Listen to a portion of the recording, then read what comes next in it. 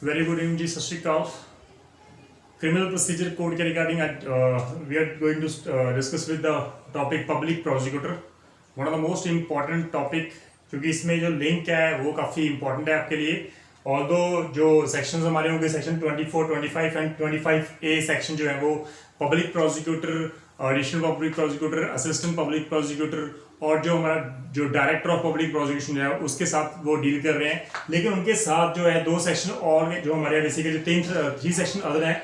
301 जिसमें public prosecutor automatically appear हो जाता है, उसको किसी परमिशन की जरूरत नहीं होती. 302 राइट डील कर रहा है permission to conduct the prosecution, वो कंडक्ट करेगा, स्टार्ट करेगा किसी भी केस को.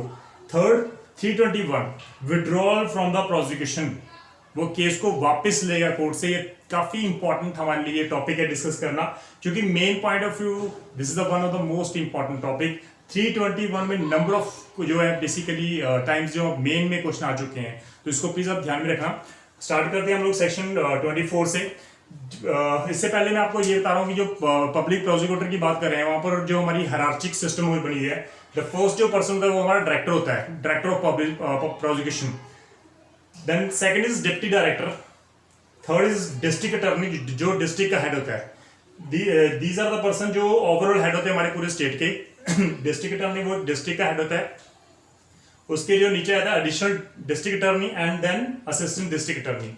दीज आर द 5 पर्सन जो कैटेगरीज हैं जो हमारे जो स्टेट में पाई जाती हैं, जिसमें जो पब्लिक प्रोसिक्यूटर जो कोर्ट में जो अपेयर होते हैं ऑन बिहाफ ऑफ स्टेट. तो हम लोग सेक्शन 24 से स्टार्ट करते हैं. Section 24 of CrPC deals with the public prosecutor. It simply says that the high court जो है फॉर एवरी हाई कोर्ट, किसी भी अगर कोई भी स्टेट की अगर हाई कोर्ट है तो उस हाई कोर्ट में सेंट्रल गवर्नमेंट और स्टेट गवर्नमेंट जो है वो with the consultation of the high court वो नंबर ऑफ पर्संस को as a public prosecutor appoint कर सकते हैं हाई कोर्ट में. ठीक है जी, for conducting in such court, ताकि उनकी कोर्ट का जो है वो पूरा जो स्टेट का जो बिजनेस है वो अकेले देख सकें. तो public prosecutor can be appointed in a high court by the central government और द स्टेट गवर्नमेंट. ये काफी इंपॉर्टेंट है. सेकंड क्लॉज क्या करिए कि central government may appoint one और more public prosecutor for the purpose of conducting any case और class of cases. किसी एक केस में भी 2 पब्लिक प्रोसिक्यूटर काम कर सकते हैं, एक दूसरे के असिस्टेंस से वो उस केस को कंप्लीट करेंगे. तो ऐसा नहीं कि एक केस में एक ही होगा. तो यहाँ पर मेंशन कर देगा कि जो सेंट्रल गवर्नमेंट है वो एक केस में या पर्टिकुलर किसी केस में एक से ज्यादा पर्संस को भी अपॉइंट कर सकते हैं as a public prosecutor.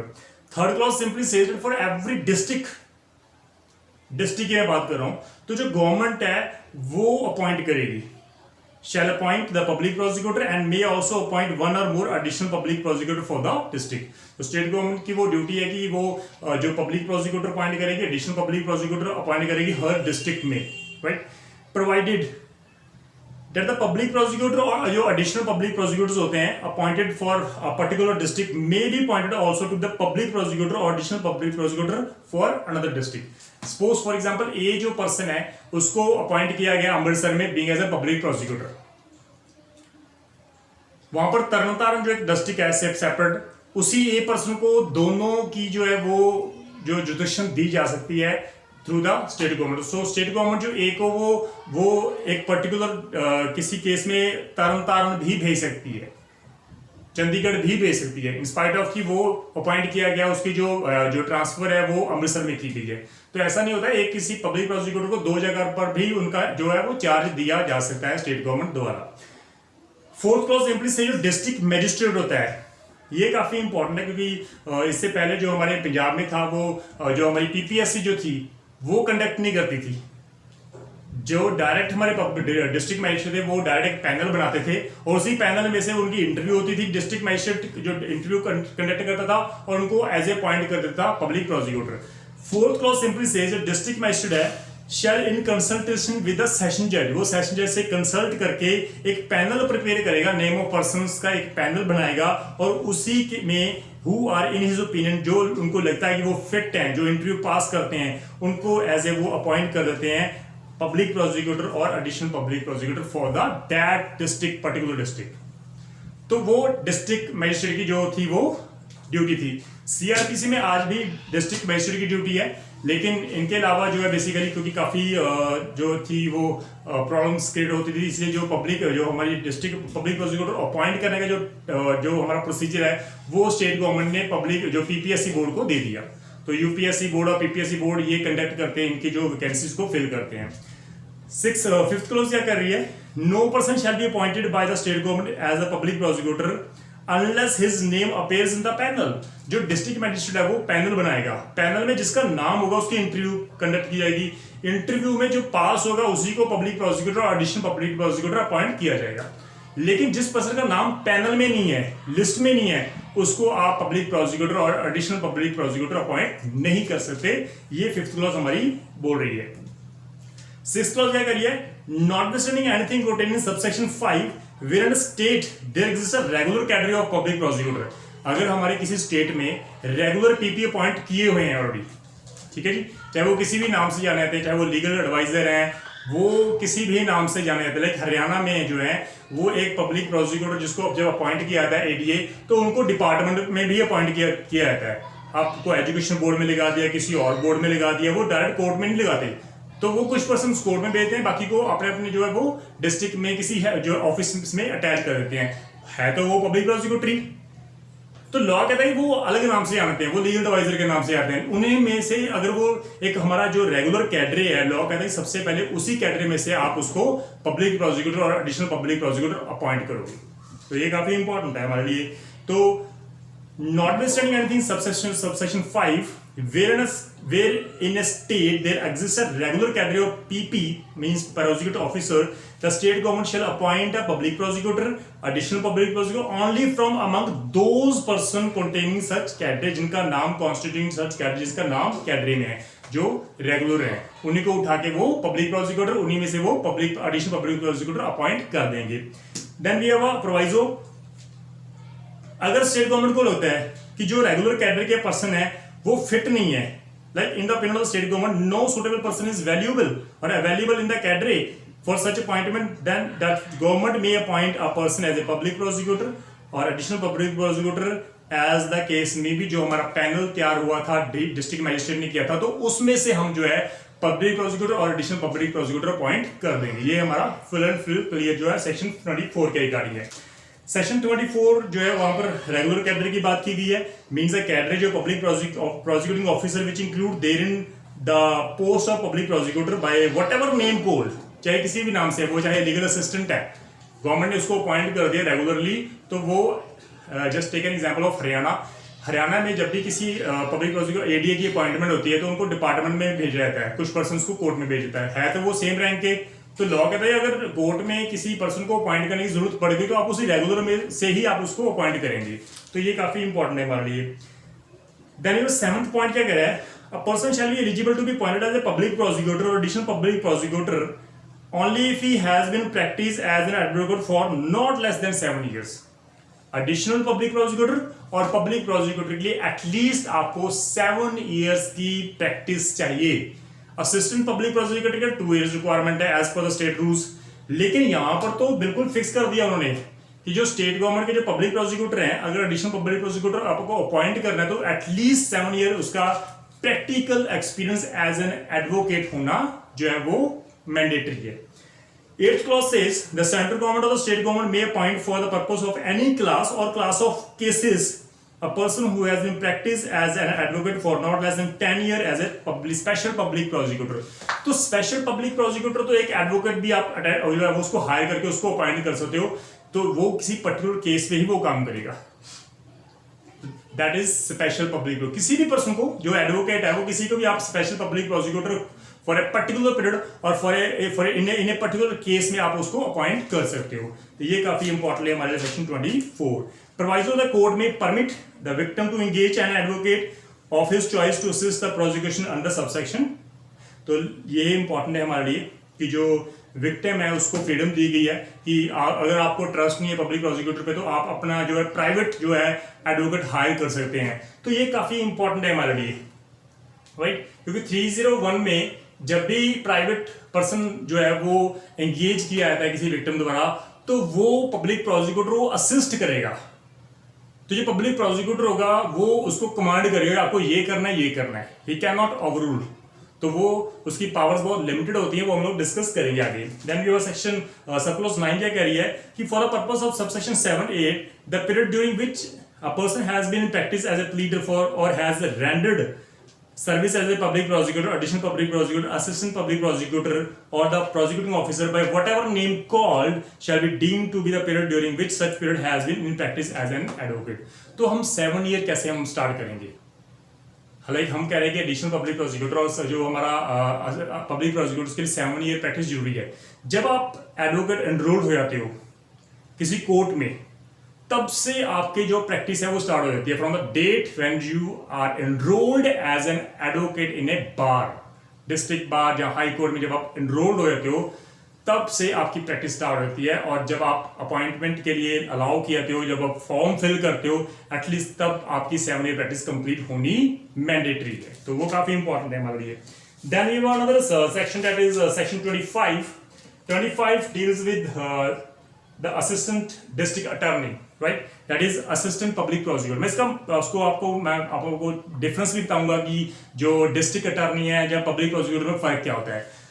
Assistant public prosecutor क्या है? जो स्टेट गवर्नमेंट है shall appoint in every district 1 और मोर असिस्टेंट पब्लिक प्रोसिक्यूटर जो मैजिस्ट्रेट कोर्ट में अपेयर होंगे। यहां पर स्पेशल मेंशन कर दिया कि जो इस असिस्टेंट पब्लिक प्रोसिक्यूटर होंगे वो किसी पर्टिकुलर केस में मैजिस्ट्रेट कोर्ट में अपेयर होंगे। मैजिस्ट्रेट के ऊपर जो है एडिशनल कोर्ट जो है, एडिशनल सेशन जज की कोर्ट है या सेशन जज कोर्ट है, उसमें वो पर्सन अपेयर नहीं हो सकते क्योंकि वहां पर मेन केसेस जाते हैं, हमारे सीरियस केसेस जाते हैं। इसलिए वहां पर जो है पब्लिक प्रोसिक्यूटर जो है और जो एडिशनल पब्लिक प्रोसिक्यूटर है वही जो है अपेयर होगा एडिशनल कोर्ट में और सेशन कोर्ट में। लेकिन मैजिस्ट्रेट कोर्ट में असिस्टेंट पब्लिक प्रोसिक्यूटर को अपॉइंट किया जाता है। तो सेंट्रल गवर्नमेंट में अपॉइंट 1 और more assistant public prosecutor for the purpose of conducting any class or classes of cases. किसी एक केस में 2 पर्सन असिस्टेंट पब्लिक प्रोसिक्यूटर को भी अपॉइंट किया जाता है ताकि उस केस को प्रॉपर तरीके से हैंडल किया जा सके। Second clause say as provided in subsection 3, no police officer shall be eligible to be appointed as a public assistant public prosecutor। किसी भी पब्लिक जो हमारा पुलिस ऑफिसर है वो असिस्टेंट पब्लिक प्रोसिक्यूटर उसको अपॉइंट नहीं किया जा सकता। ये इंपॉर्टेंट है, right. Then where no assistant public prosecutor is available, लेकिन जहां पर हमारे पास एपीपी है ही नहीं है, असिस्टेंट पब्लिक प्रोसिक्यूटर अवेलेबल ही नहीं है, तो वहां पर जो है डिस्ट्रिक्ट मैजिस्ट्रेट जो है वो किसी भी पर्सन को, वहां पे बोर्ड लिखा है एनी अदर पर्सन, उसको असिस्टेंट पब्लिक प्रोसिक्यूटर अपॉइंट कर सकता है। लेकिन वहां पर 2 कंडीशंस हैं। पहली कंडीशन, जो इन्वेस्टिगेटिंग ऑफिसर होगा वो उसी केस में as a assistant public prosecutor appoint नहीं किया जा सकता। सेकेंड थिंग, जो इंस्पेक्टर से नीचे वाले रैंक है उनको तो असिस्टेंट पब्लिक प्रोसिक्यूटर अपॉइंट किया ही नहीं जा सकता। तो लॉ कहता है कि एक जो पुलिस ऑफिसर है उसको भी असिस्टेंट पब्लिक प्रोसिक्यूटर अपॉइंट किया जा सकता है अगर वो डीएम उसको अपॉइंट कर दे फॉर ए पर्टिकुलर केस में। लेकिन conditions must be there that he must not be an IO in that case. Second thing, he must be of at least the rank of inspector और higher rank. तो उससे ज्यादा आप हमें rank की जरूरत पड़ेगी।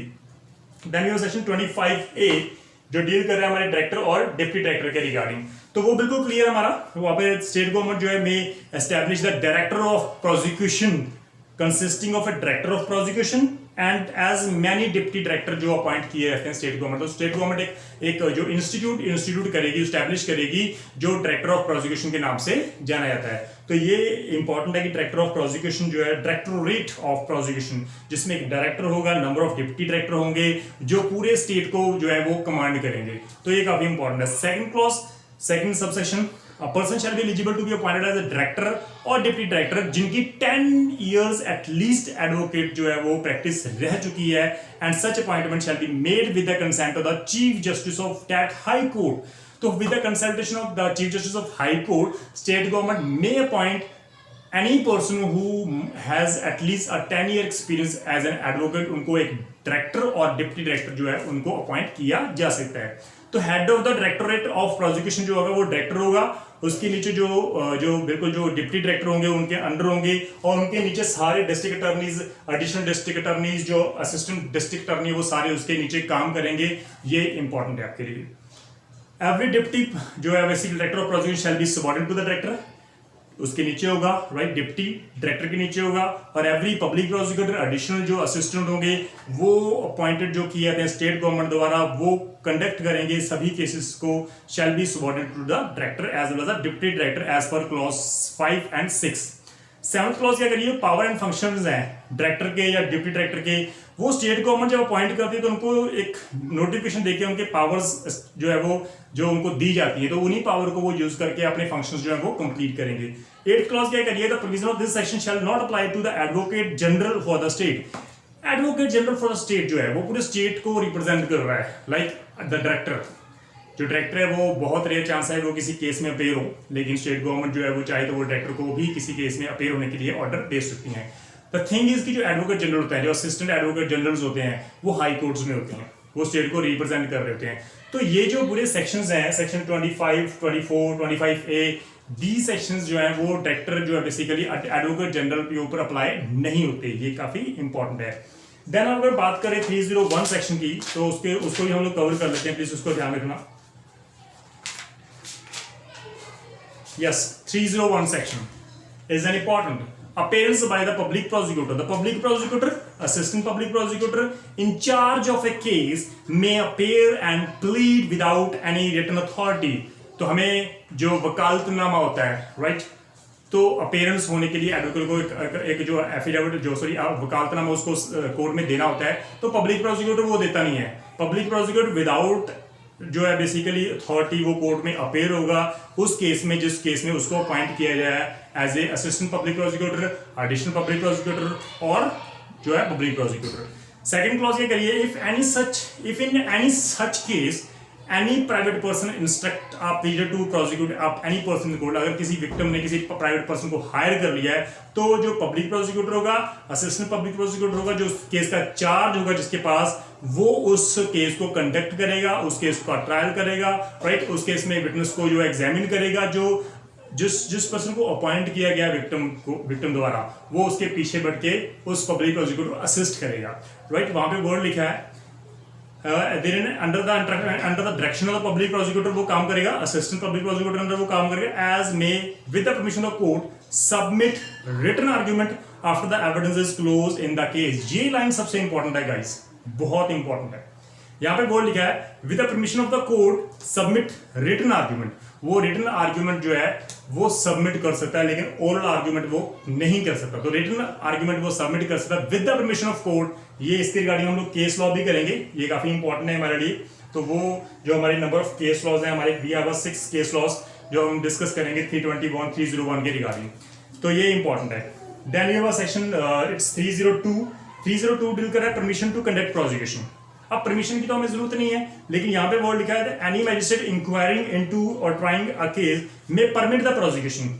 जो एक जज होगा वो पब्लिक प्रोसिक्यूटर को परमिशन देगा कि आप इस केस को ओपन करो, आप इस केस को प्रोसिक्यूट करो, और to be conducted by any person trying a case में permit the prosecution to conducted by any person other than a police officer below the rank of the inspector. जहाँ public prosecutor को वो instruction देगा कि आप इस case को जो है वो आप ओपन करो, या फिर if there is no assistant public prosecutor तो मैजिस्ट्रेट जो है वो किसी भी पर्सन को, इवन वो पुलिस ऑफिसर भी हो सकता है जो डिस्ट्रिक्ट मैजिस्ट्रेट जो है उसकी परमिशन से वो कोर्ट में आया है, not below the rank of inspector, वो उसको भी अलाउ कर सकता है कि आप इस केस को ओपन करो। Provided that no police officer shall be permitted to conduct the prosecution if he has taken part in the investigation। लेकिन उस जो पुलिस ऑफिसर को अलाउ नहीं किया जाता कि वो उस केस को ओपन करो और एग्जामिन करो अपने विटनेस को, अगर वो उस केस में खुद आई हुआ है इन्वेस्टिगेशन ऑफिसर, तो he can not be allowed to conduct the prosecution. तो ये काफी इंपॉर्टेंट है। Then we have section 321 that is further important. 321 deal कर रहा है विड्रॉल फ्रॉम द प्रोसिक्यूशन। हमें पता है कि वो केस जो है उसमें क्विटल होगी, तो व्हाट हैपन, जो असिस्टेंट पब्लिक प्रोसिक्यूटर होता है, पब्लिक प्रोसिक्यूटर होता है, वो केस को विड्रॉ कर लेते हैं with the permission of government. तो ये काफी इंपॉर्टेंट है क्योंकि ये नंबर ऑफ टाइम्स मेन में आ चुका है। तो withdrawal from prosecution section 321, the public prosecutor, assistant public prosecutor in charge of a case may with the consent of court के कंसेंट से ही वो विड्रॉ कर सकता है। अगर कोर्ट उसको परमिशन ना दे तो how could it be possible? तो it is a description of the court either to allow the public prosecutor to withdraw the case or deny its request। कि भाई मैं तो ट्रायल करूंगा, आपको ट्रायल करना पड़ेगा, आपको प्रोसिक्यूट करना पड़ेगा केस का, मैं विड्रॉ करने की परमिशन नहीं देता, तो पब्लिक प्रोसिक्यूटर वो डिनाई कर सकता है उसकी रिक्वेस्ट को। लेकिन यहां पर जो पब्लिक प्रोसिक्यूटर है with the consent of the court वो विड्रॉ कर सकता है एट एनी टाइम, लेकिन before judgement has been passed. Judgement को प्रोनाउंस करने से पहले पहले आप केस को विड्रॉ कर लो, कोई फर्क नहीं पड़ता। जब जजमेंट ही प्रोनाउंस हो चुकी है तो उसके बाद आप उसको विड्रॉ नहीं कर सकते। So withdraw from the prosecution of any person either generally or in respect of one और more of the offences for which he is tried. जो पूरे केस को विड्रॉ कर सकता है किसी पर्सन के regarding, if there are number of more persons accused हैं तो वो किसी एक पर्टिकुलर पर्सन के रिगार्डिंग भी वो विड्रॉ कर सकता है, किसी पर्टिकुलर सेक्शन में के रिगार्डिंग वो विड्रॉ कर सकता है। ये पब्लिक प्रोसिक्यूटर की पावर्स हैं। A, if it is made before a charge has been framed, अगर वो विड्रॉ कर रहा है प्रोसिक्यूशन, राइट, केस को विड्रॉ कर रहा है कब, चार्ज से पहले, तो अगर वो विड्रॉ कर रहा है तो अक्यूज जो है वो डिस्चार्ज माना जाएगा। लेकिन अगर उस पर चार्ज फ्रेम हो चुका है उसके बाद पब्लिक प्रोसिक्यूटर उसको विड्रॉ कर रहा है केस को, तो उसको एक्विट किया जाएगा। यहां पर इंपॉर्टेंट पॉइंट है हमारे लिए, right. Provided that where such offences was against any law relating to the matter of executive power of the union, लेकिन अगर ऐसा कोई मैटर है जो यूनियन, जो बेसिकली एग्जीक्यूटिव यूनियन के रिगार्डिंग डील कर रहा है, या फिर वो उसकी जो इन्वेस्टिगेशन केस की वो दिल्ली स्पेशल पुलिस एस्टेब्लिशमेंट द्वारा की गई है, जहाँ उस केस में प्रॉपर्टी जो डैमेज हुई है जो सेंट्रल गवर्नमेंट को बिलोंग करती है, या फिर ऐसा पर्सन जो है अक्यूज्ड है was committed by a person in the service of the central government, या सेंट्रल गवर्नमेंट जो अक्यूज पर्सन वो सेंट्रल गवर्नमेंट का एम्प्लॉई जब उसने ऑफेंस कमिट किया है, तो लॉ कहता है कि without the permission of the central government you can not withdraw the case. तो इवन द कोर्ट में आस्क द पब्लिक प्रोसिक्यूटर कि जब आप विड्रॉ करना चाहते हो किसको, तो उससे पहले मुझे परमिशन चाहिए सेंट्रल गवर्नमेंट की, show me the permission that you are allowed by the central government to withdraw this particular case. तो आपसे वो कोर्ट डिमांड कर सकती है, ये है प्रोविजो में ऐड किया गया है। And the prosecutor in charge of the case has not been appointed by the central government, so he shall not, unless he is permitted by the central government to do so, move the court for its consent to withdraw from the prosecution, and the court shall, before according consent, direct the prosecutor to produce before it the permission granted by the central government. So central government से हम लोग वो permission claim कर सकते हैं, जो हमारे लिए काफी important है।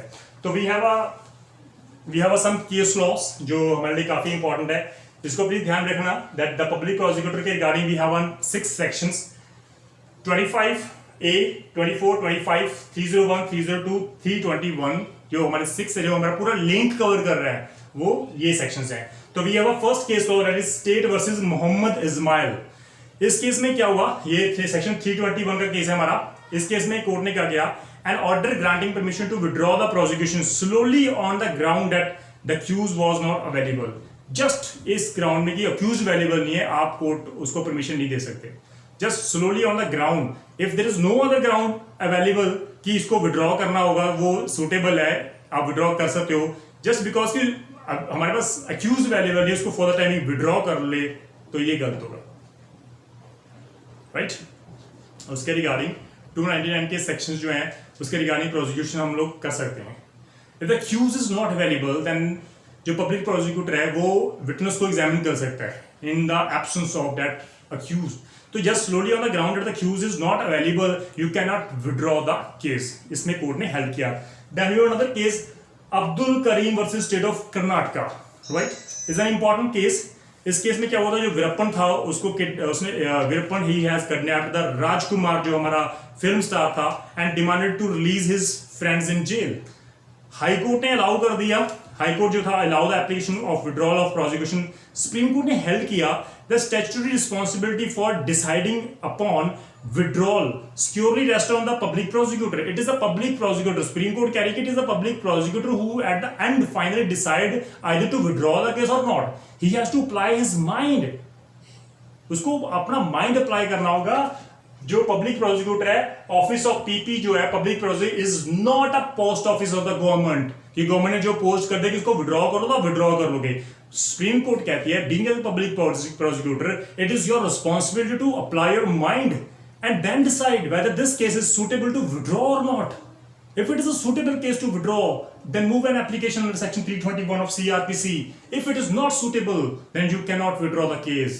ये सबसे इंपॉर्टेंट है। तो सुप्रीम कोर्ट ने हेल्ड किया द स्टैट्यूटरी रिस्पॉन्सिबिलिटी जो है वो पब्लिक प्रोसिक्यूटर के है। In this case, further held that the withdrawal from the prosecution on the ground that the application has been filed on the basis of the government. Supreme court ने कहा कि आपने government के behalf पे application लगाई है, order does not meet the requirement of section 321 because you have not applied your mind. It is the government जिसने आपको इंस्ट्रक्शंस दी that just withdraw the case and you moved an application without using your mind. तो supreme court ने कहा कि जब तक आप अपना माइंड यूज नहीं कर लेते पर्टिकुलर इस केस में, विड्रॉ के केस में, आप एप्लीकेशन मूव नहीं कर सकते and your application can not be accepted at all. Right. तो at the end further court ने क्या कहा that it is bad in law. An application for withdrawal from prosecution was rejected just on the base that the public prosecutor he had not applied his mind in that case, in this case, and he had just moved an application to withdraw the case just because the government has asked him to withdraw the case. तो इसी के base पे court ने इसको reject कर दिया that this is not a case suitable जिसको इसमें आप विड्रॉ कर सकते हो. तो यहाँ पर कोर्ट ने एप्लीकेशन रिजेक्ट कर दी. So being public prosecutor must apply his mind. Supreme court ने कहा कि जो आप being as a public prosecutor you must apply your mind in good faith that it is for the public interest to withdraw the case. आपको देखना होगा public interest के regarding, क्योंकि आप स्टेट को रिप्रेजेंट कर रहे हो. The court must satisfied about the opinion of the public PP. जो कोर्ट है वो पब्लिक प्रोसिक्यूटर के ओपिनियन, जो विड्रॉ की ओपिनियन का उसको लेके वो सेटिस्फाइड होगा तभी उसको अलाउ करेगा, अदरवाइज अलाउ नहीं करेगा. Then whether the case not necessary for the court to assess the evidence to discover whether the case would end in conviction or acquittal. तो जब आप मूव कर रहे होते हो एप्लीकेशन 321 में, तो वो जो स्टेज है कोर्ट को, सुप्रीम कोर्ट ने कहा कि कोर्ट जो है उस स्टेज पर जब आपने एप्लीकेशन मूव कर दी being as public prosecutor to withdraw the case, उस स्टेज पे आप ये एविडेंस नहीं चेक करोगे कि हमारे पास क्या एविडेंस है. Court can not check the evidence कि इसमें एक्विटल होगी या इक्विटल होगी. You can not check the. आपको सिर्फ ये देखना कि पब्लिक प्रोसिक्यूटर जो एप्लीकेशन लगाई है क्या वो फेयर है, whether it is moved in good faith, whether the public prosecutor has applied his mind or not, whether the application is suitable or not. आपको अलाउ करनी है या नहीं करनी वो आपकी डिस्क्रिप्शन पावर है, but you can not at that stage check the evidence कि इन केस में जो है वो कन्विक्शन होगी या इक्विटल होगी. Then we have another case. Yes, we have another case, Surjeet versus state. इस केस में क्या हुआ, 321 applies only to a case where accused is prosecuted by the public prosecutor and not by a complaint in private capacity. अगर private capacity पे complaint file की है तो public prosecutor has no authority to withdraw that complaint. He can only withdraw the case in case in which he has appeared as a public prosecutor and in which case जो police जो case है वो है. It's not a complaint, it's a police case. सिर्फ उसी में आप withdraw कर सकते हो. In complaint case you can not withdraw the case. क्योंकि एडिशनल सेशन जजेस में जो हमारी एडिशनल कोर्ट में होती हैं, जो हमारी सेशंस कोर्ट है, वहां पर कंप्लेंट में भी पब्लिक प्रोसिक्यूटर पेयर होता है. तो ये इंपॉर्टेंट है क्योंकि जो ट्रायल है उसको प्रोसिक्यूटर तो पब्लिक प्रोसिक्यूटर ही करेगा. तो लॉ कहता है कि इस केस में हेल्ड कर दिया कि जो पब्लिक प्रोसिक्यूटर है कंप्लेंट के केस में कंप्लेंट को विड्रॉ नहीं कर सकता. तो ये काफी इंपॉर्टेंट है. देन वी हैव अनदर जो हमारे सेक्शंस हैं हमारे, तो we have another case Rekha Murarka versus state of West Bengal and others. इस केस में कोर्ट ने हेल्ड किया जो प्राइवेट काउंसिल जिसको एंगेज किया गया विक्टिम द्वारा, right, to victim to APP can not make oral argument. जब भी किसी प्राइवेट पर्सन को एंगेज किया जाता है किसी विक्टिम द्वारा किसी पर्टिकुलर केस में जिसमें ऑलरेडी पब्लिक प्रोसिक्यूटर पेयर हो रहा है, उस केस में जो प्राइवेट पर्सन है he can not make the oral argument as per section 321 is concern. Right, sorry, हम बात करें जो प्राइवेट काउंसिल जो पेयर होता है जब वो सिर्फ रिटन आर्ग्यूमेंट सबमिट कर सकता है कोर्ट में. ही can not make the oral argument. वो बिल्कुल भी ओरल आर्ग्यूमेंट कर ही नहीं सकता. तो ये काफी इंपॉर्टेंट है. We have another case that is Bishambar Prasad Singh versus state of Bihar. Law कहता है, सुप्रीम कोर्ट ने हेल्ड किया कि only the prosecutor is entitled to seek withdrawal from the prosecution. It is not a case of private capacity. जो private capacity में ये case नहीं होते क्योंकि स्टेट का केस होता है, तो उसमें से पब्लिक प्रोसिक्यूटर के पास ही राइट है कि वो परमिशन डिमांड कर सकता है कोर्ट से, रिक्वेस्ट कर सकता है और एप्लीकेशन मूव कर सकता है केस को विड्रॉ करने की. तो द प्राइवेट पर्सन जो who is hired by the victim, जो विक्टिम द्वारा हायर्ड किए गए हैं, जिसको एंगेज किया गया उस केस में, वो प्राइवेट काउंसल्स कभी भी एप्लीकेशन 321 में विड्रॉ नहीं कर सकते केस को। ये बहुत इंपॉर्टेंट है आपके लिए गाइस, बहुत इंपॉर्टेंट है। जो हमारा सेक्शन फर्दर हमने क्या करा है कि जो इस केस में फर्दर एक और केस हुआ था, that is Abdul Wahab versus state of Kerala. Abdul Wahab versus state of Kerala. तो कोर्ट ने इस केस में बिल्कुल हेल्ड कर दिया कि जो ऑफिस होता है पब्लिक प्रोसिक्यूटर का is not a post office, कि गवर्नमेंट ने जो कह दिया आपको वो करना है।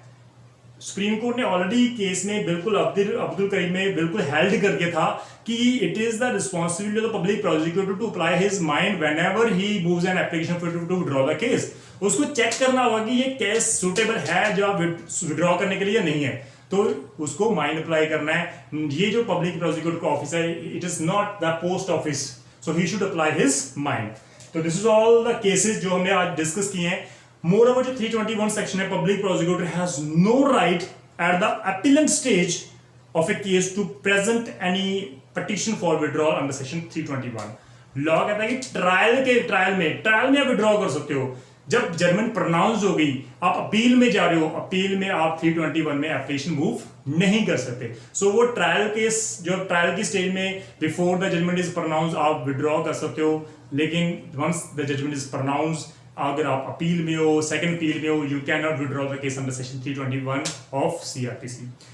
No appeal in the case, बिल्कुल अपीलेबल ऑर्डर नहीं होते जो इसके रिगार्डिंग कोर्ट ने अगर अलाउ नहीं किया तो दैट डजंट मीन कि आप अपील फाइल कर दो, उसके रिगार्डिंग रिवीजन फाइल होगी। Public prosecutor can make an application for revision against the order जो कोर्ट ने सपोज रिजेक्ट कर दी उसकी एप्लीकेशन कि मैंने आपको परमिशन नहीं दूंगा विड्रॉ करने की, आप उस ऑर्डर के अगेंस्ट रिवीजन में जा सकते हो। You can not file an appeal against that order. Moreover it is not an interlocutory orders. ये जो इंटरलोकेटरी ऑर्डर्स जो हमारे बिल्कुल नहीं है, इसको आपको ध्यान में रखना पड़ेगा। तो public prosecutor is all about जो हमारे सीआरपीसी में जो दिया गया है, it has only the 6 important sections जो पूरे पब्लिक प्रोसिक्यूटर के कंसेप्ट को क्लियर करते हैं। Section 24, 25, 25A, 301, 302 and 321, which is one of the most important section. तो guys, in case of any problem, I know it's a technical, क्योंकि मैंने link study करवानी थी आपको, तो ये जरूरी था कि लिंक स्टडी में सारे सेक्शन जो इंपॉर्टेंट है पब्लिक प्रोसिक्यूटर के साथ जो डील करते हैं वो आपको इस सेक्शन में मैं करवा दूं। तो प्लीज इसको ध्यान में रखना, नोट डाउन करना। ऑल्दो मैं लास्ट में आपको जरूर नोट्स भी प्रोवाइड करूंगा, आपको किसी की जरूरत नहीं होगी, मैं सब कुछ आपको प्रोवाइड करूंगा। अगर इसके सेशन में बिल्कुल कहीं ना कहीं आपको प्रॉब्लम अगर आती है तो प्लीज आप डिस्कस करना एंड मेक श्योर कि अपने दोस्तों के साथ जरूर शेयर कीजिए, क्योंकि ये काफी इंपॉर्टेंट टॉपिक है जुडिशरी पॉइंट ऑफ व्यू। तो थैंक यू सो मच, सत श्री अकाल।